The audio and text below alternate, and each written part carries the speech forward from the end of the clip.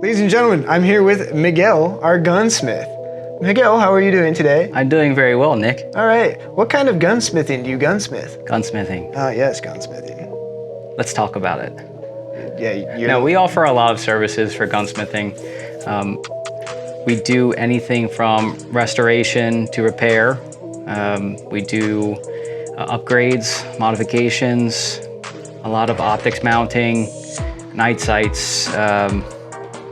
We do barrel threading. We do pin and welds. We do suppressor mounting from all different styles of suppressor mounts. We do rust removal up to a certain degree. We do a lot of general gunsmithing, any types of small problems you might have with your guns. We can typically fix a lot of the times while you wait in shop, and this way you can just take it home with you, and you don't have to wait the general 2 weeks. Yeah, you don't have to check it in and not have your gun for a while. Like you just if I can get it done, and go about your day. If I can get it done while you wait, that's my preferred turnaround time. And you can go about back to using your firearms legally. That's right, legal. Miguel. Yes. What is your favorite color? Green. I like green. Anyway, moving on. Yes. What do you think your favorite kind of project is that comes in?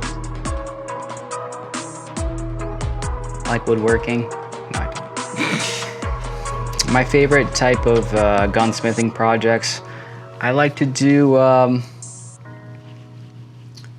two really. I like unique projects within reason. Nothing too crazy. But if you have a cool idea of a certain modification you want done or upgrade, we're pretty creative here. We can fabricate a lot of stuff that may need to be done with a mill or a lathe. You've pretty recently been shouted out by someone kind of famous. Yeah, we did. Recently did titanium FAL project for Ian McCollum of Forgotten Weapons channel. It's very cool. We did a modified an Argentinian scope mount to fit a modern Picatinny. With that, we mounted modern optics. I did a left-sided safety for him, and Roman went pretty crazy on the Cerakote. A raindrop German camouflage, which was done with multiple layers of Cerakote and laser engraving. Other types of gunsmithing I like to do, I like to fix guns for, say it's your grandfather's shotgun that's been sitting around a long time, no one ever thought it would work again. We have the ability to source parts from different retailers online. We will dig pretty deep to find parts that are really hard to find and get really broken down guns working again. Yeah. Very cool. Mm-hmm. Do you want to tell everybody a little bit about your background? How'd you get into this? This video is sponsored by Sonoran Desert Institute. No, it's not. I went to Sonoran Desert Institute. I know they've been getting a lot of backlash on the internet, but you know, honestly, it's like any other higher education. You have to put yourself out there in order to progress. So I was a Sonoran Desert Institute guy. I made my resume up with certain guns that I've built, put it around town, and everybody wanted me. And I chose here because I had the most room for improvement, with good mentorship and actual gunsmithing facilities beyond optics mounting and night sights and Cerakote. Well, even before your education, what got you to do that? Yeah, sure. I grew up shooting guns with my father, and I was a 90s kid, so I loved playing shoot 'em up games. That really got me interested in guns from an early age. I started collecting pretty much as soon as I could, and started off with a little .22 rifle like most people. And when I was of age, I started getting into handguns. I took multiple classes, a lot of training with various organizations to improve skills.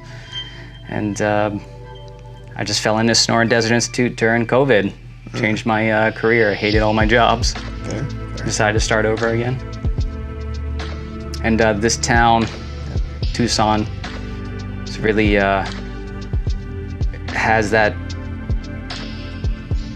avenue for a lot of gunsmithing. A lot of people like guns here, so kind of worked out. Yeah, our gunsmithing prices are very, very reasonable. So are our turnaround times. General inspections usually start around $40 to just check out the safe function of a firearm. Small troubleshooting. All right, you're going too slow. I'm gonna like start spitting out things and you're gonna give me a price. Pin and weld. Pin and welds, they start about 95 to 100 bucks. Cut and thread. Barrel threadings, depending on the type of action, we usually do around 200 to 250 bucks. Glock iron sights. Glock iron sights, very, very quick. I usually knock them out while you wait, 25 bucks. Smith & Wesson iron sights. Smith & Wesson's, general striker fired guns, most of them start around 35 bucks. There are some exceptions. Some sights need a lot more fitting than others. That usually starts around 45 bucks. Optic install on a handgun? Optic installs includes your plate and a rough zero. That usually around 35 bucks to start. What else? Let's do AR upper builds. Start around 50 bucks, 50, 60 bucks. AR lower builds, 50, 60 bucks. Price is subject to change with inflation, but right now that's about what I'm charging for, and I usually do that while you wait again, so you don't have to check it in. Let's say customer has hodgepodge of parts at home. Maybe AR parts, I should say. Maybe they need a few things that they probably either buy here or however they source it. What's the total cost to put together a custom AR? Okay, yeah, so if we're doing an AR from the ground up, just parts, loose parts, I usually charge about 100 bucks, but if you're doing it as a package, it's cheaper than individual jobs. Say if you just want a muzzle device installed for a suppressor mount, it's usually about 35 bucks. But if you bring me that part on a gun that's disassembled completely, that we have to fully assemble, you know, just for the upper is about 50 bucks, including that muzzle device install. Now, what if customers have bought the majority of these parts in the store and they need it assembled? For sure, yeah. We always work out deals with customers that buy from us. I can't do all gunsmithing for free. Something small, I usually try to just knock it out for the customer at a very low cost, if not free. But say you want a handguard swap, for instance, a little bit more detailed because I have to undo the original handguard, and that strips everything off the front end of the gun. And then new barrel nut has to be timed for the handguard, and then everything reinstalled and timed correctly. Usually starts around 60 bucks. Awesome. Yeah. Very reasonable. Yes.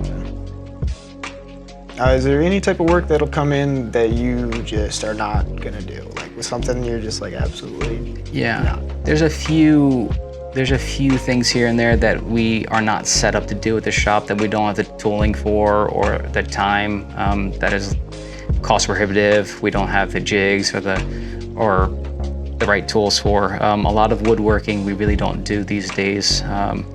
It's a very interesting project. I might take it on if I'm feeling like it, but most woodworking we don't do.